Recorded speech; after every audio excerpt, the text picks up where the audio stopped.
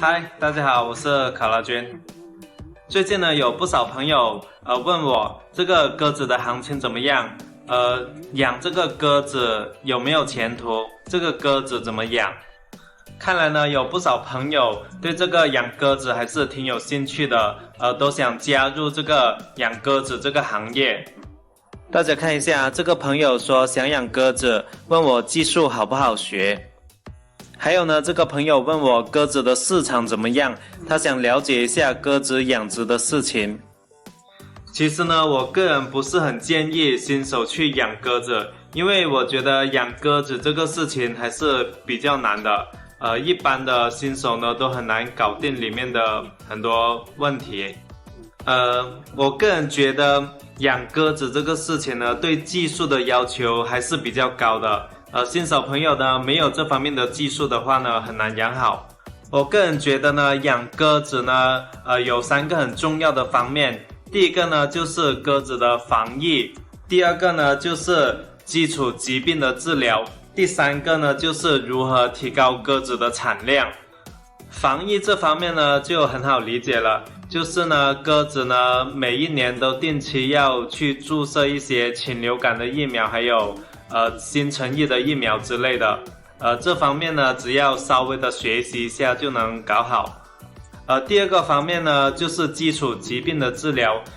养过鸽子的人都知道，这个鸽子呢是经常都会来各种疾病的，所以呢要及时的用药。这方面的话呢，如果你真的去养的话，到时候呢你只要这个鸽子有离奇的死亡，你到时候拿去一些大型的药店，让他们去解剖，然后呢给出相应的药物治疗方案就可以了。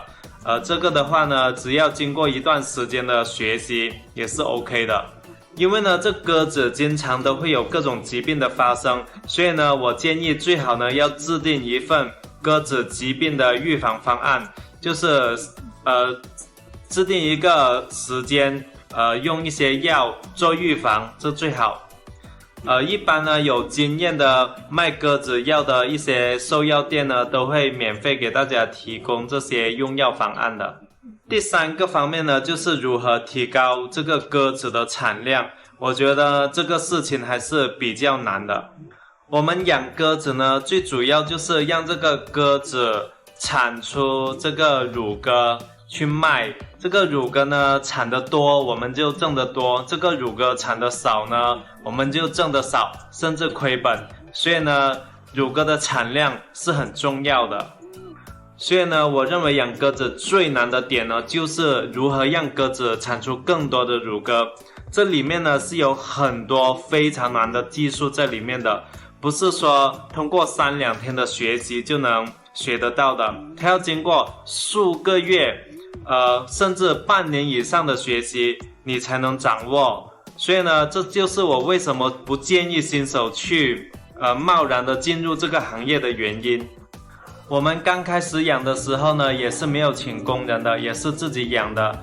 那个时候呢，也就是自己慢慢的去摸索这里面的技术，摸索了很长一段时间之后呢，都没有掌握里面很重要的一些核心的技术，所以呢，也是养得不好的。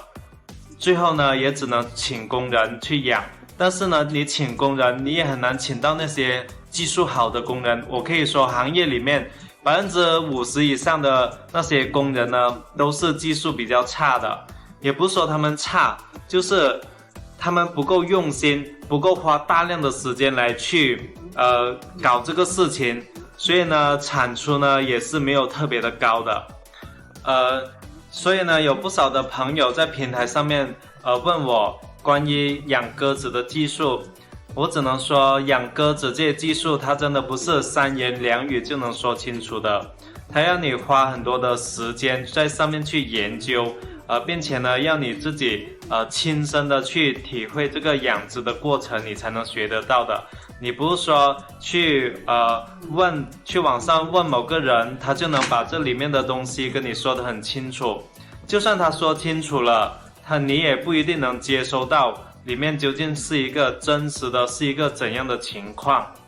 而且呢，我个人在养鸽子这方面呢也是个新手，也是懂得不多的，只能说懂得略知一二。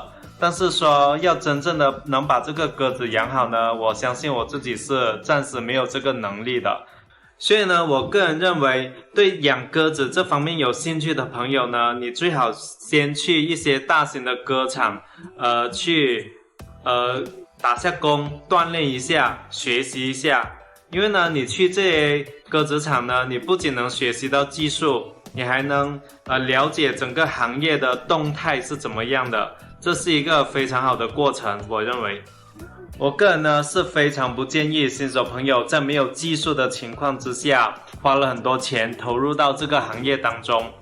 就好像呢，我们不会游泳，但是呢，我们又跳进了那些很深的水域当中，这个时候呢是非常的危险的，就是亏本呢都是大概率事件来的。但也有一些成功的案例，只能说是极少数吧。今天呢，平台上面有个朋友跟我说，他想先投资一些钱购买一些鸽子回来自己慢慢养慢慢学习。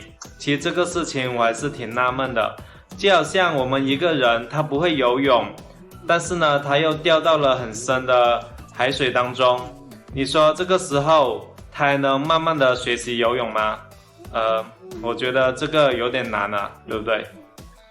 好了，今天的分享呢就到这里，我是卡拉君，喜欢我的视频的朋友欢迎点赞加关注，我们明天见，拜拜。